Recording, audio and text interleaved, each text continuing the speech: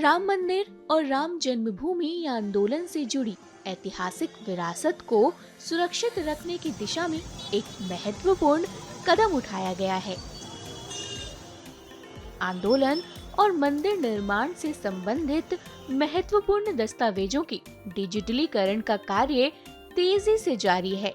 जिसमें अब तक लगभग 80% कार्य पूरा हो चुका है।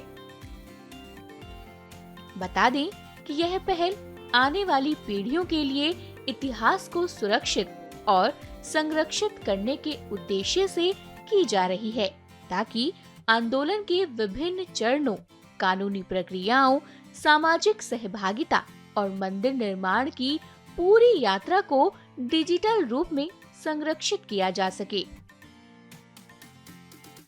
श्री राम जन्मभूमि आंदोलन के प्रारंभ काल से लेकर अब तक, यानी कि मंदिर निर्माण तक, तमाम ऐसी तिथियां हुई, ऐसे साक्ष्य एकत्रित किए गए जिनका संकलन जो है लगातार होता रहा है।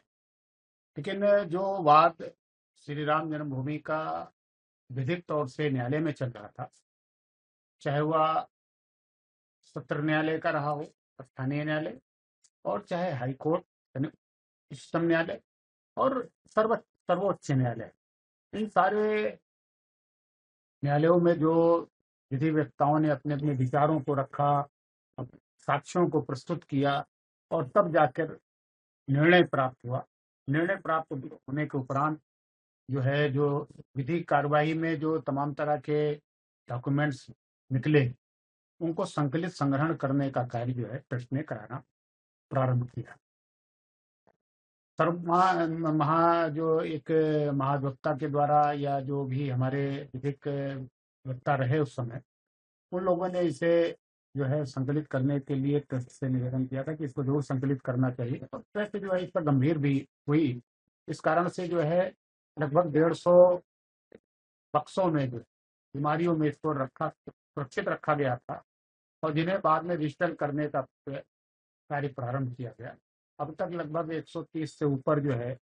बक्से अलमारियों से जो निकले साक्ष्य जो उस समय न्यायालय में रखे और जिनके आधार पर न्यायालय ने जो है निर्णय दिया था, उन फैसले की जो कापियां हैं उनको जो है डिजिटाइज किया जा रहा है। यानी डिजिटल अगर हो जाएगा तो यह जो हमारे भावी पीढ़ी है उसको एक अच्छी जानकारी प्राप्त होगी, और साथ ही साथ आने वाली जो पीढ़ी है उसको भी ये जानकारी होगी कि लगभग 550 वर्षों का जो संघर्ष था किस कारण से किया गया, किस इमारत यानी किस भवन के लिए किया गया, वह श्री राम जन्मभूमि के जन्म स्थान को लेकर संघर्ष था। ये सारे विषय जब वो पढ़ेंगे और एक निर्णय की जब कापियां देखेंगे वो, और डिजिटल तौर पर देखेंगे। आजकल तो भाई डिजिटल पूरा देश जो है वो डिजिटल आधारित हो गया है। छोटी छोटी बातें जो है खबरें बन जाती हैं और तमाम तरह के जो है विषय जो है सब पूरा विश्व देखने लगता है, चाहे वो टीवी का माध्यम हो चाहे वह मोबाइल का। तो जब ये कंप्यूटर पर जब वो देखेंगे तो उनको पूरी पूरी जानकारी उससे प्राप्त हो जाएगी एक ही बार में। यानी कि माउस घुमाते ही जब वो कंप्यूटर पर आएगा तो लोगों को लगेगा कि भाई ये देखिए बहुत अच्छा काम इन लोगों ने किया और संग्रहित किया। क्योंकि इतिहास को लोग जो है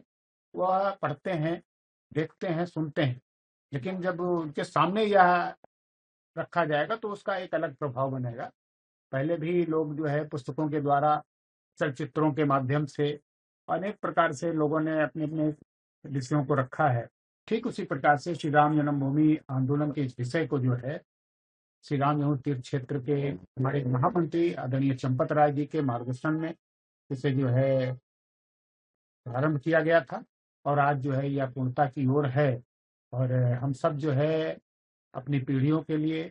और जो वर्तमान पीढ़ी है जो 1992 के बाद जिनकी उत्पत्ति हुई, उन सबको इसकी जानकारी प्राप्त हो, ऐसा प्रयास जो है हम लोग करेंगे। और